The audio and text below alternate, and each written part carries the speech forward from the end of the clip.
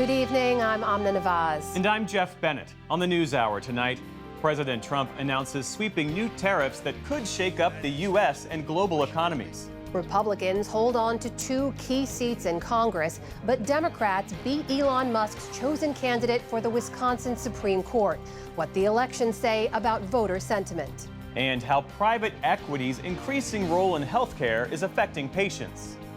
This has happened in many industries, but it is particularly serious when it has moved into social goods such as healthcare, where people's lives are at stake.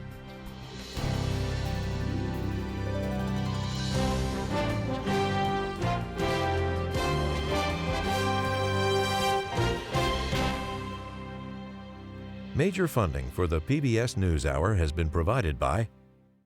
In 1995, 2 friends set out to make wireless coverage accessible to all. With no long-term contracts, nationwide coverage, and 100% U.S.-based customer support. Consumer Cellular. Freedom calls.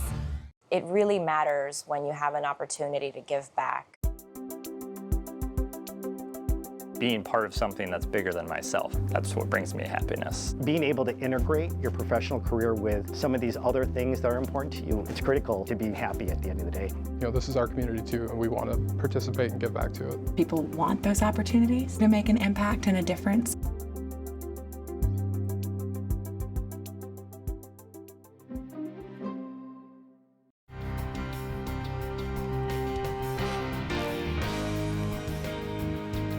The Judy and Peter Bloom Kovler Foundation, upholding freedom by strengthening democracies at home and abroad. The Walton Family Foundation, working for solutions to protect water during climate change so people and nature can thrive together. Supported by the John D. and Catherine T. MacArthur Foundation, committed to building a more just, verdant, and peaceful world. More information at macfound.org. And with the ongoing support of these institutions.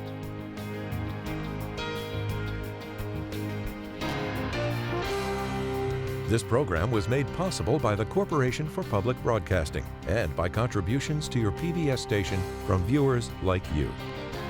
Thank you. Welcome to the NewsHour. President Trump announced major new global tariffs today, 10% on all imported goods into the U.S. And he escalated trade wars with a second set of sweeping tariffs for about 60 countries. During a speech in the Rose Garden, he also issued retaliatory tariffs against many countries in response to what he called unfair trade practices involving trade barriers and other policies. The rates varied considerably, but were quite high in some cases, including a 34% tariff on China, 20% for the European Union, 24% for Japan, and 46% for Vietnam. The president called it an historic day and said the tariffs would revitalize manufacturing in the U.S. It's our declaration of economic independence. For years, hardworking American citizens were forced to sit on the sidelines as other nations got rich and powerful, much of it at our expense. But now it's our turn to prosper. Jobs and factories will come roaring back into our country, and you see it happening already. We will supercharge our domestic industrial base. We will pry open foreign markets and break down foreign trade barriers. As part of today's announcement, the president declared a national economic emergency, which the White House says gives him the authority to impose the tariffs. To help us understand more about all of this, I'm joined again by Robin Farzad, economic analyst and host of Public Radio's Full Disclosure. Great to see you here, Robin. Thank you. So let's just get your reaction to these announcements. Big picture, is this better or worse than what folks were anticipating? It's slightly better than what people were expecting, but the headlines have been so volatile, and he's been chucking and jiving and changing directions and being positive about it and being bearish about it on other days. So a lot was building up to April 2nd, so it could have been a lot worse. So the president held up that chart that we saw that was handed out to journalists as well. It listed all the tariffs that have been imposed on the U.S. by each country and then the tariff that the U.S. would levy in response. What stood out to you about this when it comes to the president's approach to these tariffs? You know, I'm reminded of a tableau. It was Bill Clinton, President Bill Clinton, I believe in 1993, signing NAFTA. And he was surrounded by Bob Dole, Al Gore, I think George Bush Sr., there was so much unanimity over this new world order. And we were approaching, the other China entering the World Trade Organization and the gains from trade that used to be something that, a moderate Democrat and left-wingers and right-wingers could nominally agree on. And here you have Trump really with gusto shattering that idea of new world economic order that's been building for the past 40 years. And he did it in one fell swoop. So there's no real playbook for this. We could look back to the Depression and this Hawley-Smoot tariff and various other things that happened, but we've never had anything just line up in one day, just in staccato fashion like this. And I'd be very curious to see what the reaction is from finance ministers across the planet and multinationals over the coming week. Do you get a sense from what we know so far about what industries could be hardest hit and also what consumers should anticipate? Well, look at cars already, right? I mean, everybody has been anticipating something coming down the pike. We've already seen, as you and I have discussed before, significant inflation through the pandemic in car prices, what $40,000 or $50,000 can tell you. And so much of this is perception and self-fulfilling prophecy. If you're a car dealership or a chain of dealerships and you have only so many things on the lot and various things on a CSX, rail car and other things on tankers coming over, you're going to covet that supply. And there are going to be many people that are afraid and maybe want to pull forward a car purchase. Again, what is an American car? What is a Japanese car?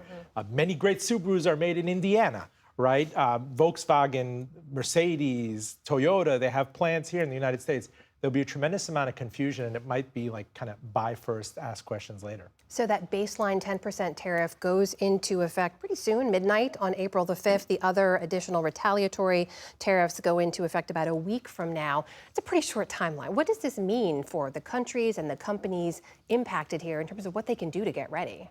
Well, a little bit nefariously, it provides some cloud cover to companies who want to hike prices. We saw that, they called it greedflation disdainfully during the pandemic. But if you're in there and saying, well, we're more uncertain about our supply chain than we were last week, so we have an interest with our shareholders to hike the price. I mean, any car dealership, if you're an American car manufacturer, you can hike prices in reaction to the expected hike. And indeed, the president himself said, let them hike. Let the big three hike. And you saw the head of the AFL-CIO said, it's not so bad if he hikes. So I'm worried about that echo chamber, that reaction. But it's going to hit places like pharmaceuticals, shampoos, everyday products, certain produce items that you took for granted, or textile items and towels. It's not easy to just turn around and reshore these jobs and these factories over the course of 6 months. It takes years. We saw the president also mention in his remarks that his policies are bringing down inflation. We should point out, in fact, that inflation has picked up in the first few weeks of the Trump administration. But when you look at the tariffs and as they go into effect, what could be the impact on inflation ahead? Why wouldn't it add to inflation? I don't understand. It could become deflationary if everybody panics and stops spending and the Fed's like, okay, we got rid of inflation, but that's a pretty Luddite move. I mean, it's a roundabout way of destroying the economy. There are easier ways of destroying the economy and getting interest rates down. So that could arrest inflation, but I've never seen that playbook before. There's also the underlying argument by the Trump administration here that there could be short-term pain, but this is for long-term gain, that this will spur domestic manufacturing in the United States. Have you seen evidence of that anywhere? Could it have that impact? We did see, since even look at all the companies that have onshored here, especially in auto manufacturing. I'm not convinced that in lower value-added things such as textiles, there used to be towel towns, there used to be sofa towns in North Carolina. It is brutally hard to bring those things back. When you source the fiber and the labor and the railroad tracks that have been left abandoned for several years. You go down the eastern seaboard and see these abandoned facilities. It's not like you can just light them up over the course of 2 weeks. I mean, this is a play that takes decades. Robin Farzad, host of Public Radio's Full Disclosure. Thank you so much for being here. Great to have you here in person. My pleasure. Thank you.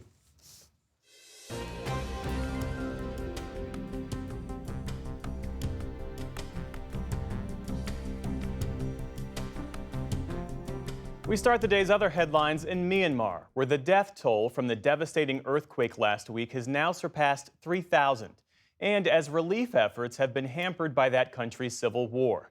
Today, the ruling military took to state television to call a temporary ceasefire to aid in the recovery. It will last until late April, though the sides still reserve the right to fight in self-defense. That's as survivors were still being pulled from the rubble today, 5 days after Friday's 7.7 magnitude quake.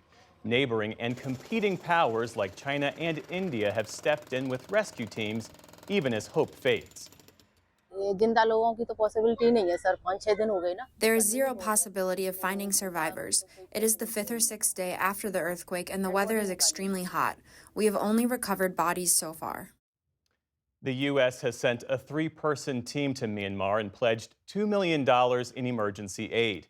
A group of Democratic senators sent a letter to the Trump administration criticizing what they called the paltry U.S. aid response. Israeli leaders say their military will establish a new security corridor across Gaza and would be, in their words, seizing large areas to add to the security zones. Israeli Prime Minister Benjamin Netanyahu is calling it the Morag Corridor, invoking the name of a Jewish settlement that used to sit between the southern cities of Rafah and Khan Yunis, suggesting the corridor would run between them. Meantime, local hospitals say more Israeli strikes overnight killed at least 40 Palestinians, including nearly a dozen children. The UN says Israeli evacuation orders since fighting resumed have rendered more than 60% of Gaza inaccessible to its people. Denmark's prime minister spoke out against President Trump's ambition to take control of Greenland today during a visit to its capital, Nuuk. She also pledged to stand with the semi-autonomous territory, saying that it belongs to Greenlanders, not the U.S. It comes after Vice President J.D. Vance visited a U.S. airbase there last week. He criticized Denmark for underinvesting in the territory and failing to keep the island safe. Back in this country, a U.S. official confirmed to the PBS NewsHour that senior Russian negotiator Kirill Dmitriev was at the White House today. He's the top economic and investment envoy in Moscow, the chief of Russia's sovereign wealth fund, and a close advisor to Russian President Vladimir Putin. Dmitriev met with U.S. Special Envoy Steve Witkoff about the ongoing ceasefire effort in Ukraine. He's the most senior Russian official to visit the White House since Russia invaded Ukraine back in 2022. The administration has not said what came out of the meeting. A federal judge officially and permanently dismissed the corruption charges against New York City Mayor Eric Adams today. Judge Dale Ho did so with prejudice, meaning the charges cannot be refiled. Still, the judge blasted the Trump Justice Department for what he called its troubling rationale in dropping the case, so the Democratic mayor could help with the Trump administration's immigration crackdown.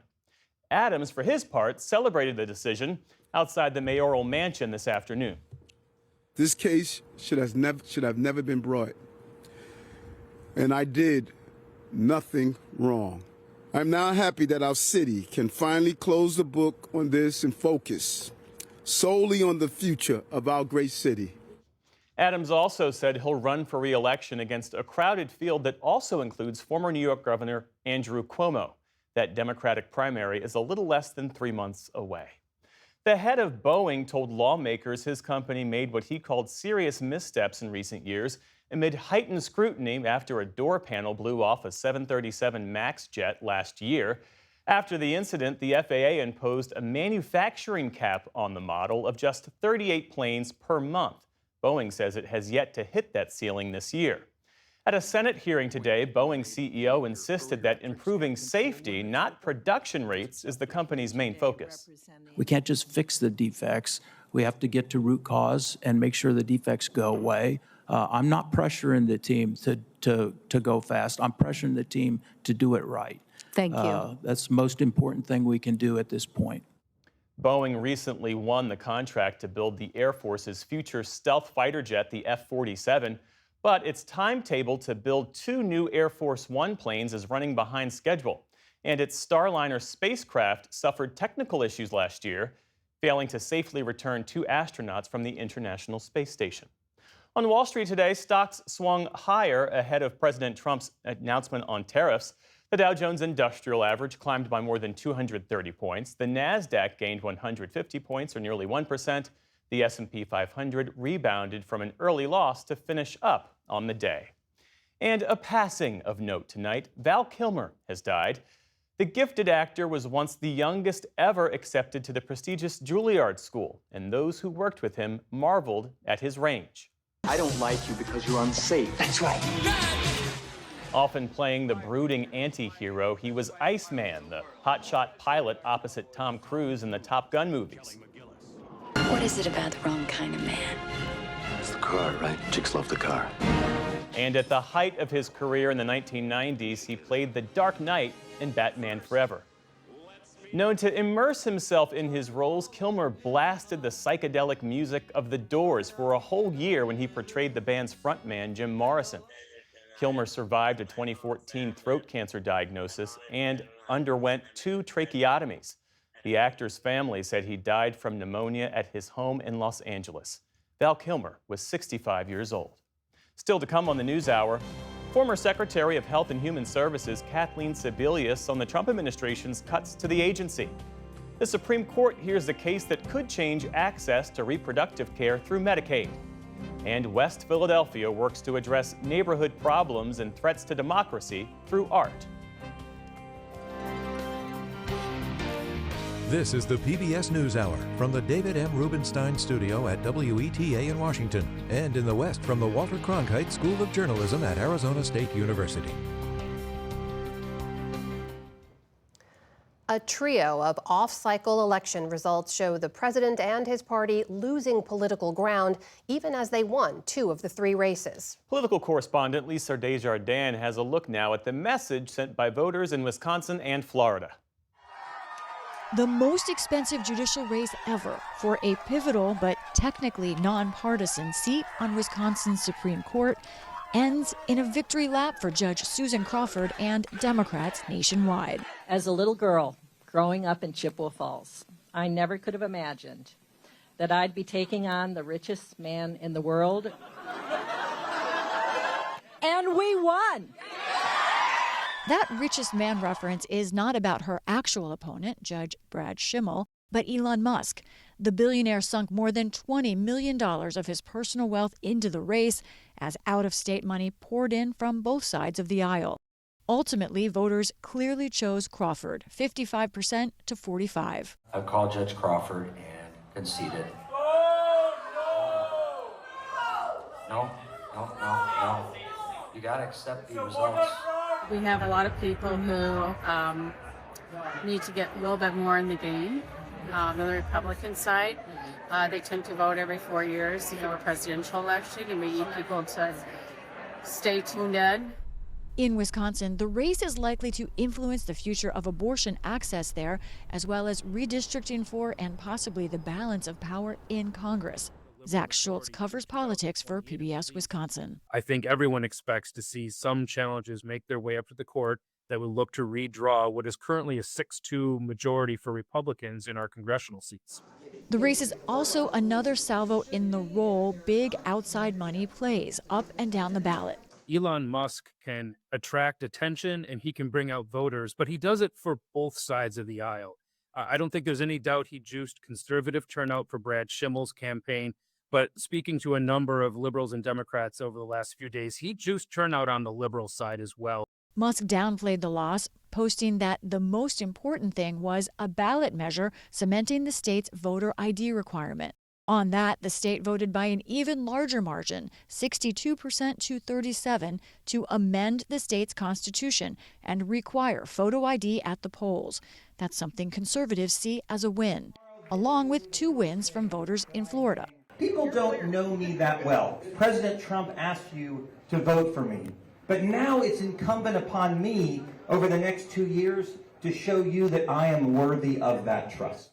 Businessman and state lawmaker Randy Fine won a special election to fill a vacancy left by now National Security Advisor Michael Waltz.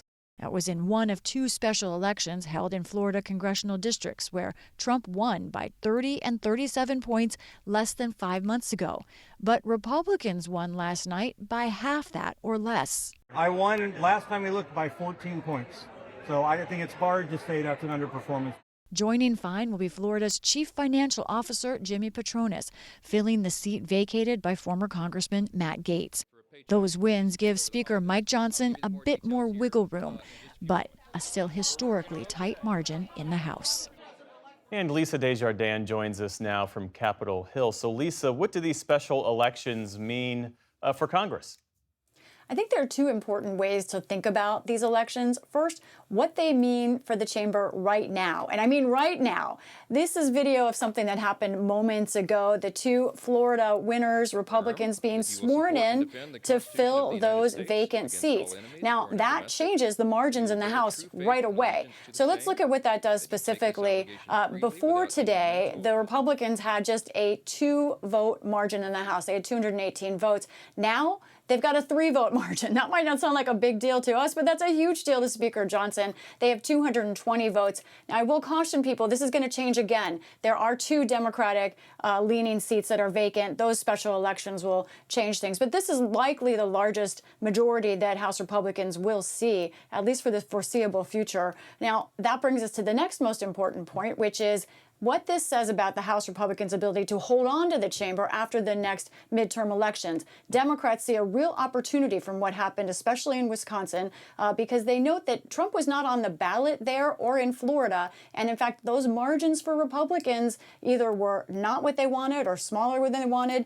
Democrats think then, with Trump not on the ballot again in the midterm, his voters won't come out, and they've got a real opportunity to reclaim the chamber. Well, tell me more about that. Big picture, what lessons are the national parties taking away from this? Republicans will say the lessons is that Democrats have kind of gone too far on issues like voter ID. They point to that in Wisconsin as a real win for them. But really, it's Democrats who seem to have found the biggest lessons from what happened, especially in Wisconsin. It was interesting. I talked to one left-leaning group who works on elections, works in kind of that campaign field. They had their biggest day in history because of this Wisconsin vote. And they said the lesson is that voters are rejecting the idea that Elon Musk, billionaires, can buy their way into the election. That's something Democrats think they can run on. This is a Democratic Party that's been struggling to respond to Trump. They feel like maybe they're getting their footing. Another part of that, of course, is Senator Cory Booker of New Jersey taking to the Senate floor, speaking for more than 25 hours, setting a record. The Democrats and those opposing Trump have wanted action. They're seeing the first beginnings of that, maybe a framework going ahead, so say Democrats. Meantime, Lisa, Senate Republicans are taking steps toward passing key parts of the Trump agenda. Bring us up to speed. What's happening? Right. Okay. So to pass all of the Trump agenda, especially those tax cuts, you have to get a budget resolution through Congress. And today, Senate Budget Chairman Lindsey Graham put out his compromise version. This is a very big deal. He told me exactly what is in it. So let me go through this. This is a version that would extend the current Trump tax cuts, make them permanent. It would expand those tax cuts as well. They haven't said exactly how yet, but it would raise the national debt ceiling $5 trillion. We know that's something conservatives generally don't like, but that would be part of this. Now, this is something we're going to watch closely the next 2 days. This could pass as quickly as this weekend, but meanwhile, to do this, Republicans say they may ignore the cost of extending the Trump tax cuts altogether. That is an unprecedented budget move. It is untested, and it would be kind of a nuclear type of option, that from the same Republicans who in the past have really decried when Democrats have threatened to change the rules in similar ways. Yeah, more to come on that. But you have Senate Democrats who are poised to pass this bill that is a rare vote of disapproval on the Trump tariffs on Canada, and the Democrats have some support from Republicans on this. Tell me more about that. Yeah, let's go through this. We're giving folks a lot of news tonight, but this is on the tariff news of today. Congress has the power to pull back an emergency declaration from the president. And that's what the Senate will vote on today, whether to object to or reverse the emergency declaration involving Canada. Now, this does require a majority vote. And look at this. There are 4 Republicans who have said they are, in fact, against what Trump is doing with Canada. You can see their names there. These are folks that have voted against some Trump policies in the past. So if this passes the Senate, it is symbolic, however, because the House is not expected to take this up. This move would end the Trump tariffs on Canada, but because the House won't take it off, it's symbolic. It shows there is some Republican opposition to these tariffs, but it also shows it is a small group of Republicans saying that publicly. Lisa Desjardins tracking it all for us tonight from Capitol Hill. Thanks as always. You're welcome.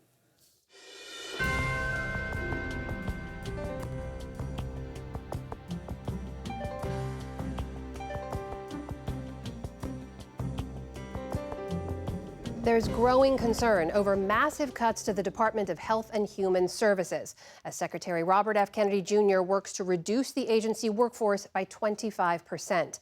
The NewsHour has invited Secretary Kennedy multiple times to join us on the show. His office has not yet responded.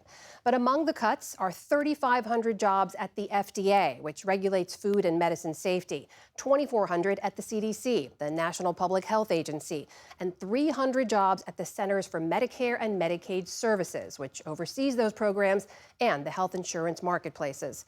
For one view on all of this, we turn now to Kathleen Sebelius, the HHS Secretary during the Obama administration. Secretary Sebelius, welcome to the NewsHour. Thanks for joining us. Well, thanks for having me, Amna. So as you've probably heard, Secretary Kennedy says that he can lose 20,000 workers, that's about 10,000 through cuts, another 10,000 through retirements and buyouts, without affecting the services that the agency provides. This is an agency you have run. Do you think that can be done? Well, unfortunately, Amna, to me, it's another indication of how little Secretary Kennedy understands about this massive agency. HHS is intertwined with state governments, with local governments, with tribal governments, and it's not just about losing some nameless, faceless bureaucrat in Washington, D.C. What the massive layoff will mean is that you lose expertise, you lose timeliness, you lose an opportunity to get not only the best products to market in a very fast manner, but a food outbreak that could occur anywhere in the country. That's part of the FDA's job, is that they work with industry to quickly get those foods off the market so my kid doesn't get harmed by the peanut butter. Here in the heartland in Kansas, we're going to lose health employees from the CDC who have been working closely with our local health offices to monitor outbreaks, to keep vaccines up to date, to make sure that data is shared from state to state. Those employees are all over the country. They will suddenly be gone. We're going to go into hurricane and tornado season very shortly. The first people on the ground when a disaster hits are from the CDC. They make sure the water is safe so people can go back and relocate. We're talking about real impact at every point in the country. And unfortunately, after 6 weeks, my guess is Kennedy has not only not visited the 13 divisions, but he really doesn't know or doesn't care what the people do. We should note that these cuts will now downsize the agency to some 62,000 positions that would remain. Secretary Kennedy has also made an economic argument for these cuts. He has said that HHS is the biggest agency in the government. He said it's twice the size of the Pentagon with $1.9 trillion, suggesting that these job cuts could help to tame the budget. Could they? Do you see that point? Most of the money that is in the HHS budget goes out the door. It's the largest transfer of federal funds to states through Medicaid, child care grants, mental health block grants, agency on aging, help and support, home health services. So this is not money that's hiring people inside of DC offices. It's money that really is essential to health services in every state in the country and in tribal governments throughout our land. So cutting the budget really is not about people as much as it's about really harming the services that go out to American folks. If the personnel isn't there to make sure that Medicare payments go out on time, to make sure that people can enroll and get the health insurance that they're entitled to make sure that the block grants go out on child care and mental health services, those services grind to a halt, and it hurts everyday Americans who desperately need the health services that HHS helps to deliver. We've also heard a top advisor to Secretary Kennedy make an argument that he says the agency has basically been failing in its mission to the American public. He points to rising rates of chronic disease, to lower life expectancy in recent years, and also a culture that he claims is too quick to medicate patients without addressing underlying causes for the disease. What's your response to that argument? Well, I don't think there's any question. America spends more and if in some ways has a lower return on investment than most of our competitive Western European nations. We have a very expensive healthcare system. Again, not because of HHS. Private insurers have a lot more overhead and a lot less return on the dollar.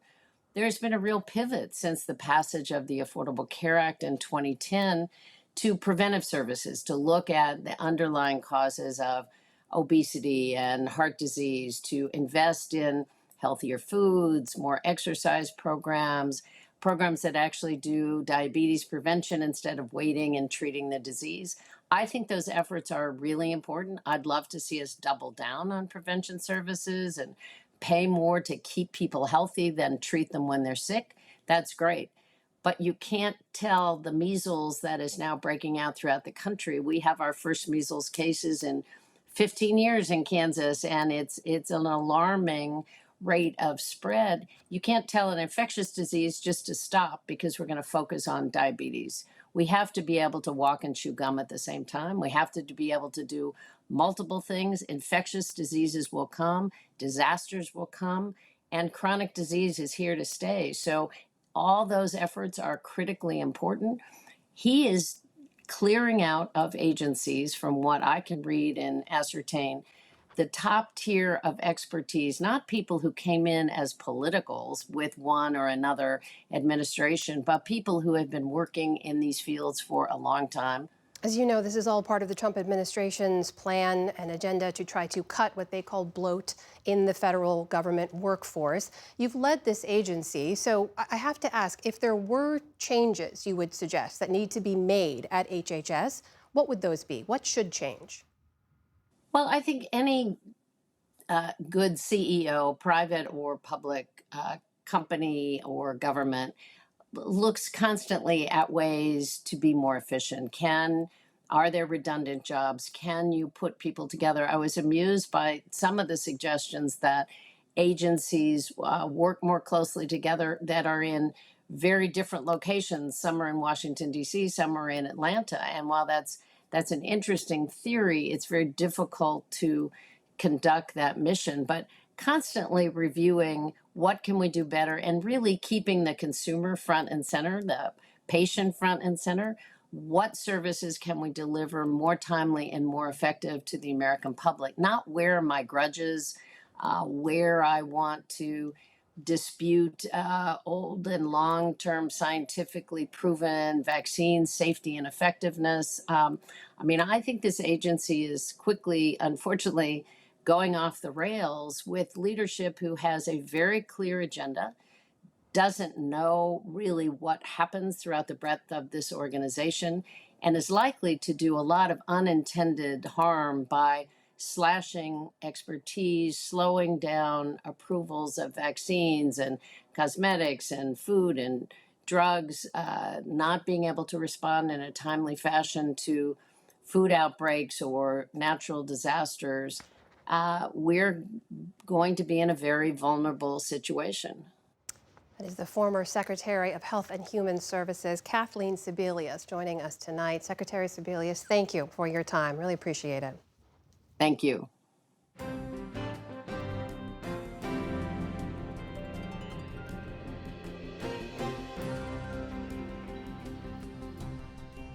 The U.S. Supreme Court heard arguments today in a case that could dramatically change how Medicaid recipients can choose their own medical providers. The case went before the court after South Carolina attempted to remove Planned Parenthood clinics from the state's Medicaid program since it also provides abortions. Special correspondent Sarah Varney joins us now. Sarah, it's good to see you. So the technical legal issue before the justices deals with whether people who use Medicaid, the low-income assistance program, can choose their providers. But tell us about this case, which tests whether South Carolina is legally allowed to cut off Medicaid funding for Planned Parenthood. So this case actually goes back to 2018 when the Republican governor then signed an executive order terminating Planned Parenthood's participation in the state's Medicaid program because it separately funded abortions. The clinics challenged this executive order. They won at the lower courts, and it's been appealed, and it finally made it to the Supreme Court. The conservative justices at one point seemed to question whether they should weigh in on this case, arguing that it's not the justices' place to rule on funding arguments. We spoke with our Supreme Court analyst, Marcia Coyle, earlier today. Here's what she said. They're concerned because this is what we call spending clause legislation, the Medicaid Act.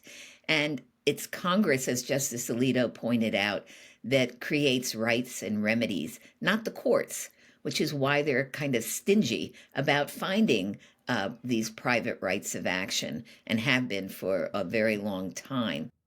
Was there any indication as to how the justices might rule in this case? I think it was very difficult to understand or to discern how the court is going to rule in this particular case.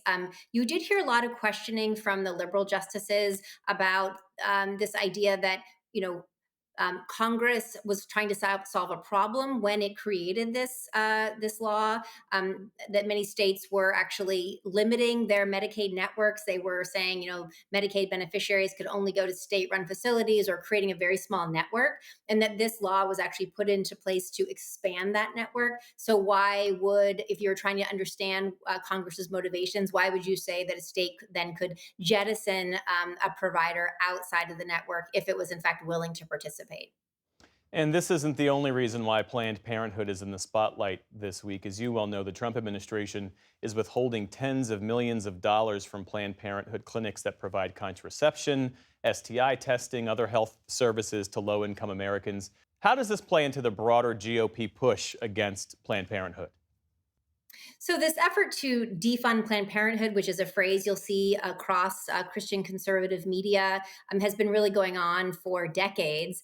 In the first Trump administration, they actually changed the rules to the Title X program that were really, in a sense, specifically targeted towards Planned Parenthood. They said that if you wanted to participate in the Title X program, you could not offer abortion services, nor could you refer patients to abortion services. Of course, federal dollars are not allowed to be used for abortion services, with very limited exceptions for rape and incest, and if the pregnant woman's life is in danger. But nonetheless, when these rules were put into place by the Trump administration in its first term in 2019, the entire Planned Parenthood network left Title X, along with many, many other Title X clinics. When the Biden administration came in, they actually reversed those rules. And so many clinics came back in, they kind of reconstituted the Title X clinic.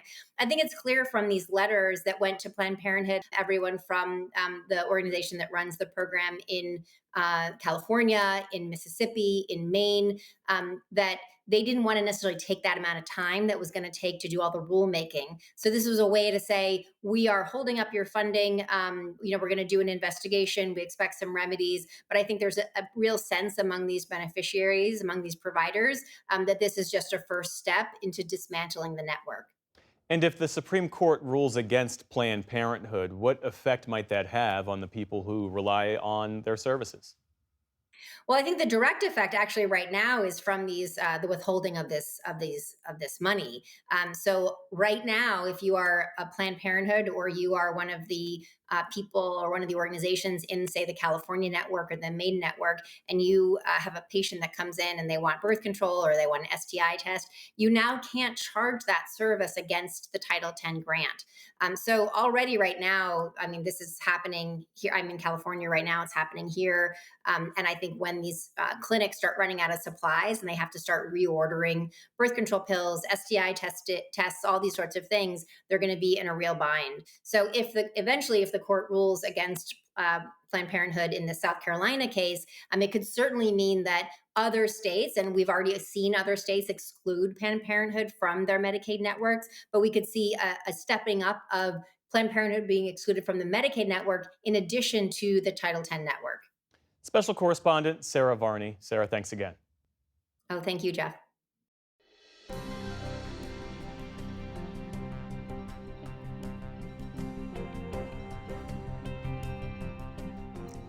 Last night, economics correspondent Paul Salmon reported on the impact in Massachusetts after a private equity firm bought several struggling hospitals there.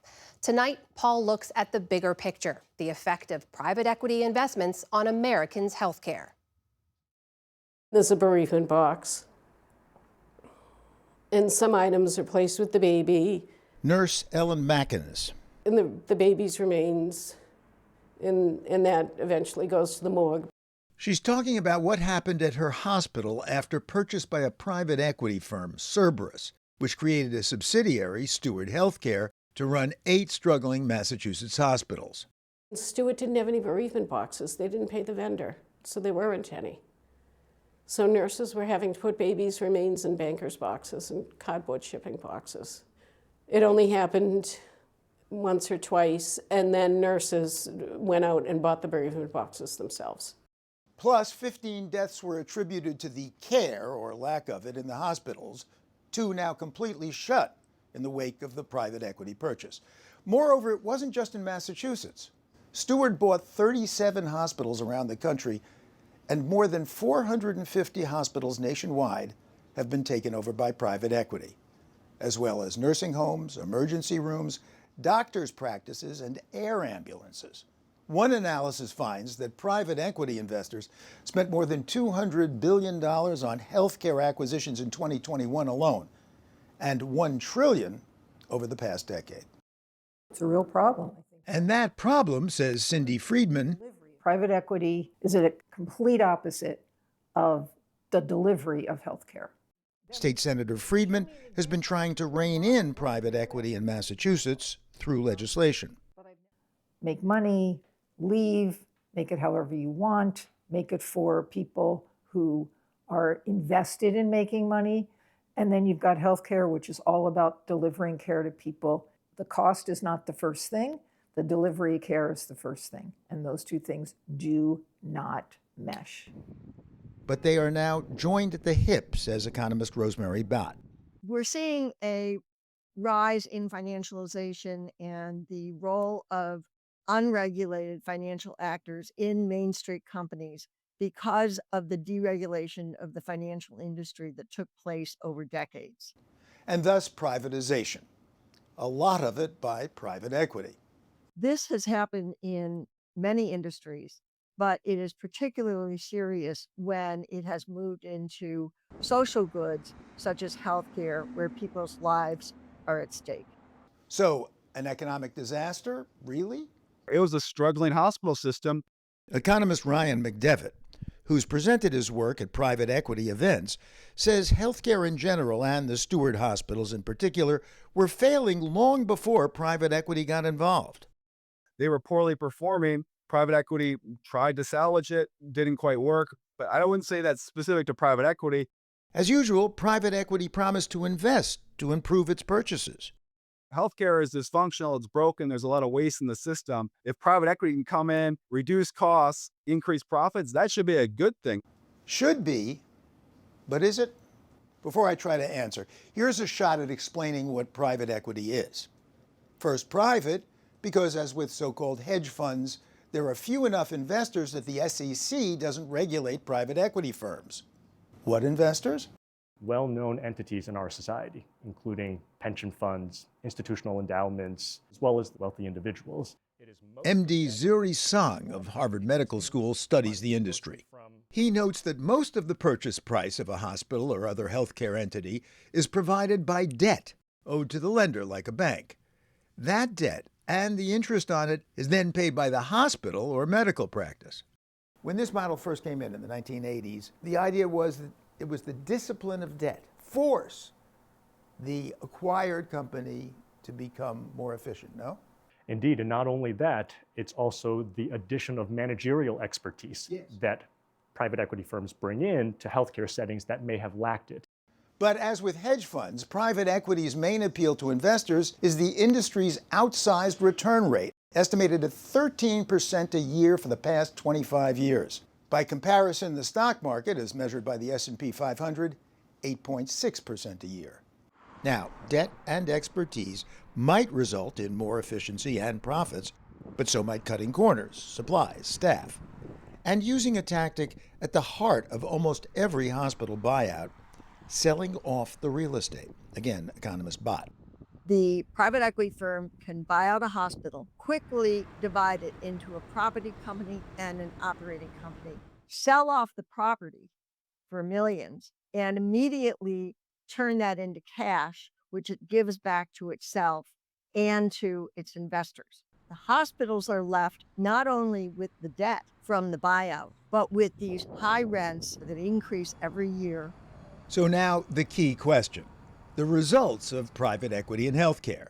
Well, Dr. Song and Associates have studied Medicare data of more than 500,000 patients in hospitals after private equity takeovers. Their findings? On average, across the country, private equity acquisitions of hospitals have led to a roughly 25% increase in patient adverse events.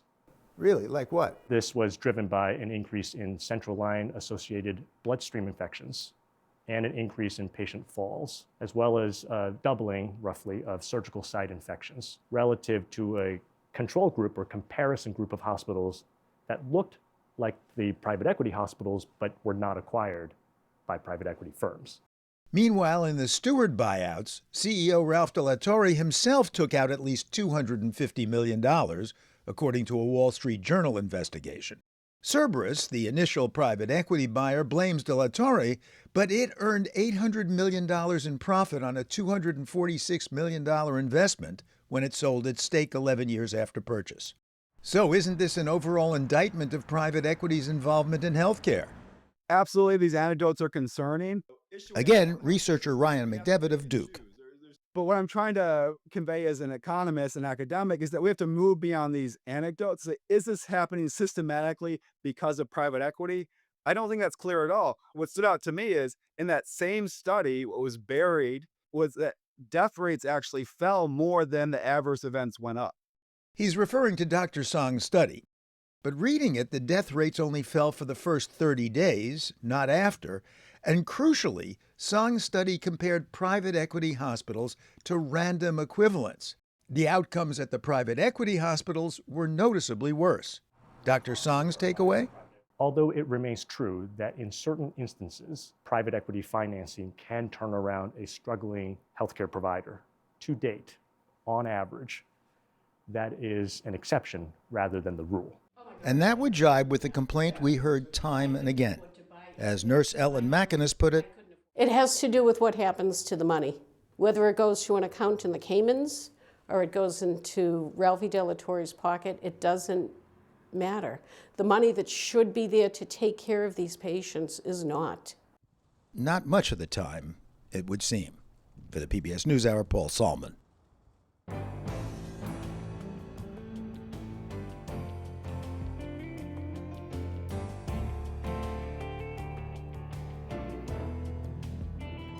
Local arts organizations have the power to play a role in everything from community challenges to the vibrancy of national democracy by expanding access to both creating and experiencing art. That mission drives one of the country's most vigorous and diverse artistic hubs in West Philadelphia. Senior arts correspondent Jeffrey Brown visited for our series Art in Action, exploring the intersection of art and democracy and our Canvas coverage. Connection. Oh. It was a gathering of gentle movement, some laughs, and plenty of concern. Never in my lifetime has democracy been more under threat. Over how small arts organizations here in West Philadelphia and beyond can meet the moment. Andrew Zitzer, professor of urban strategy at Drexel University, was one of the organizers of the event, titled Democracy in the Making, with an emphasis on the creative act itself. For us, it means that democracy is not something that is either an abstraction or an assumption. It's not something that's just out there that's always been and will forever be, and it's not something that we receive. It's something that we make together. Public Trust, where this group met, is one of a number of small West Philly nonprofit spaces based around a simple, but to Zitzer and others, profound idea about the role artists and arts organizations can play in their local communities.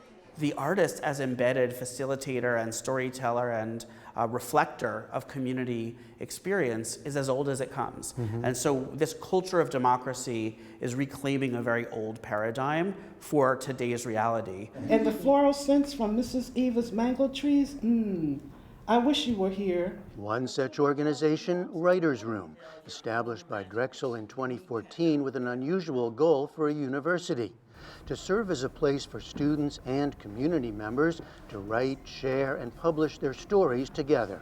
Think of a time from your past when you experienced a moment of discovery. Rachel Wenrick is founding director of Writers' Room. We're unique in that we were founded with our students and faculty and our neighbors together. Students and community members. Yes. There's not a lot of rooms that you walk into where you're going to see someone 18, someone 84, who is going to greet each other, know their histories. And when we got the grades back, Local resident Carol McCullough is a founding member of the workshop and now adjunct faculty at Drexel. when you get people together to talk about what it feels like and maybe preserve that talk in the form of writing, then you've got good stuff going on. It's one effort to address a history of divisions in an ever-changing community, a 19th century suburban-like setting, an economically depressed 20th century neighborhood, largely African American, major universities, Drexel and the University of Pennsylvania, that in this century have continued to expand and buy up properties, helping spur a gentrification that priced or pushed many older residents out of their homes. It was something Carol McCullough experienced firsthand in 2015, even as the Writers' Room was celebrating its successful first year. Carol sent me the email that said, a developer has bought my building and I have to move. It was the moment where we understood we are implicated in each other's stories, right? And so the arts-centered, community-driven, affordable housing project Second Story Collective was born. First, matching students as renters in local residents' homes to help with high housing costs. Then raising money through state grants to pay for renovations of existing homes so older residents can age in place. And now working with community organizer Dwayne Drummond and local developer Charles Lomax on the building of 18 homes to be owned by residents but shared with and rented to students. The idea, build more affordable housing, generational wealth, and a diverse neighborhood. Work that's grown out of an arts project. Artists do challenge the ways that things are, so they'll look for how they can twist that plot and turn it into something positive. Thank you so much. This is phillycam.org, 106.5 FM, Center City of Philadelphia. Another example of hyper-local art in action here, the work of an artist, educator, and activist who goes by the name Brujo de la Mancha. He produces a weekly radio show from low-frequency FM community radio station PhillyCam, and in a wide variety of ways, including Aztec dance exhibitions, plays, and other kinds of arts, celebrates indigenous life in the Americas. I don't know if you heard about it, but there's a new petition. They came out with these topics we are now with immigration. He uses his various platforms in different ways, including advocating for migrant rights. People can say, yeah, he's a real activist. He's doing something like that. And I said, no, I'm just an artist. But like, I'm an artist. You can categorize my art in any box. Today, Brujo says many in his community are in hiding, afraid even to come out to his public performances. But he intends to continue his work. We have to show to people who we are, but there's many ways to show it. I'm not going to be screaming. It doesn't get me nowhere. But I can show you the beauty of who we are. All of this is now going on in a new political environment, of course, in which universities and arts organizations face challenges, even threats, for diversity and other programs. And that brings new challenges to Zitzer and other scholars and practitioners of the connection between arts and democracy at the local level. It creates a new kind of urgency. It creates a context where mutual aid and solidarity, especially at the local level, is our superpower.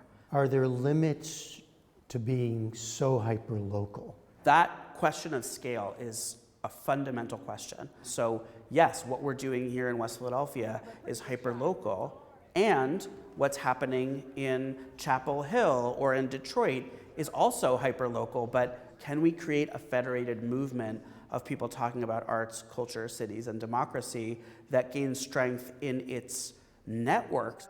A big question and a continuing vision that will be refined and refocused as the political times change. For the PBS NewsHour, I'm Jeffrey Brown in Philadelphia.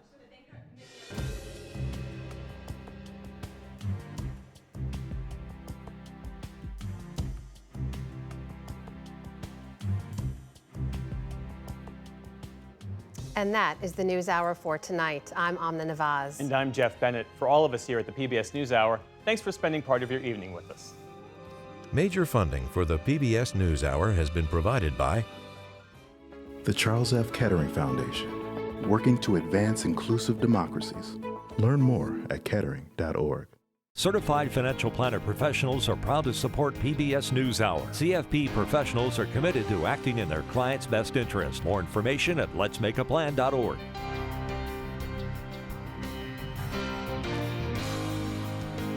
Friends of the NewsHour, including Jim and Nancy Bildner, and the Robert and Virginia Schiller Foundation. The Ford Foundation, working with visionaries on the front lines of social change worldwide. Funding for America at a Crossroads was provided by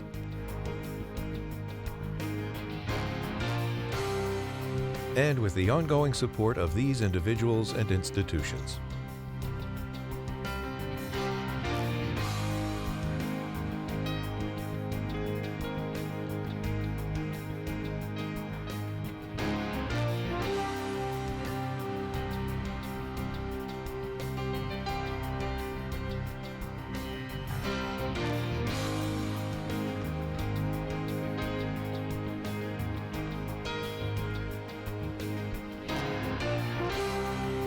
This program was made possible by the Corporation for Public Broadcasting and by contributions to your PBS station from viewers like you. Thank you.